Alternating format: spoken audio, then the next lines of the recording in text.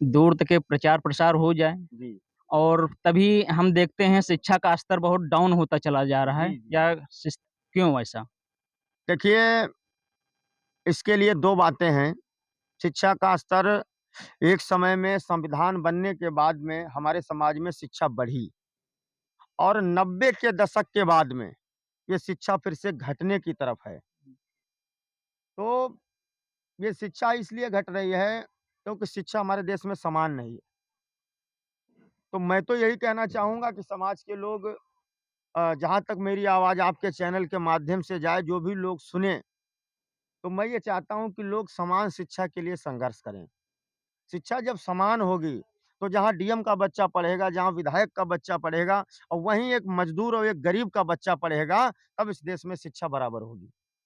और जब तक शिक्षा कॉन्वेंट की रहेगी, प्राइमरी स्तर की शिक्षा रहेगी, एक तरीके की शिक्षा होनी चाहिए। या तो फिर कॉन्वेंट ही कर दीजिए और या तो फिर सरकारी ही कर दीजिए।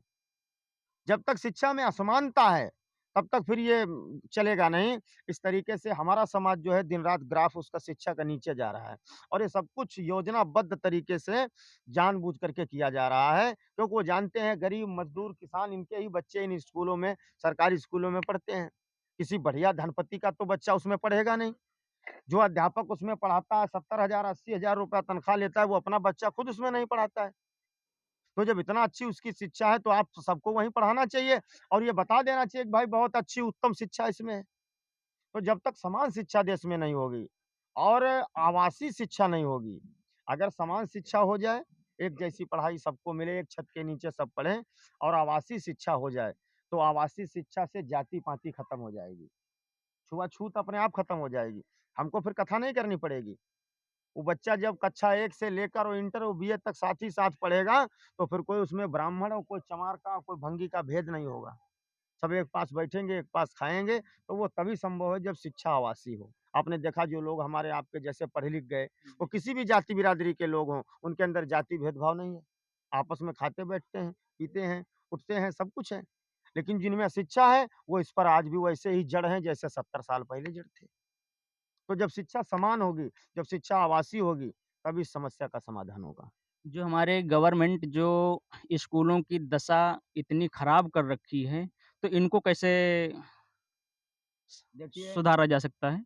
देखिए साहब, सरकार ने तो कर ही रखी है, लेकिन उसके लिए ये इस देश की जनता भी ज़िम्मेदार है। ये जिनकी समस्या है, लड़ना उनको पड़ेगा और जिनकी समस्या है, वो लड़ना तो दूर, वो बोलना नहीं चाहते। तो फिर सरकार को ज़िम्मेदार ठहराने से पहले हमको अपने गिरेबान को झाँकना पड़ेगा। और रही बात सरकार की, तो सरकारों की मंशा उनकी सोच अच्छी नहीं लगती। क्योंकि वो शिक्षा का स्तर रात-दिन डाउन होता जो चला जा रहा है, जैसा कि आपने कहा और बड़ी गंभीर समस्या है ये। विशेषकर एससी समुदाय को, एसटी समुदाय को, ओबीसी समुदाय को एक बड़ी गंभीर समस्या पैदा हो चुकी है। जब ये समाज शिक्षित नहीं होगा, ये नौनिहाल प्यारे बच्चे शिक्षा ही नहीं पाएँगे, तो फिर बाबा साहब के संविधान में अधिकार देने का क्या वजूद है? उसका क्या मतलब है? तो सरकारों की तो मंशा जो भी है, वो जाने, उनका काम जाने, लेकिन समाज के लोगों का ये नैतिक दायित्व है कि वो अपने हक और अधिकारों के लिए लड़ें, अपने बच्चों की शिक्षा के लिए लड़ें। इसके लिए लड़ना कोई अपराध नहीं है, कोई पाप नहीं है, कोई गुनाह नहीं है।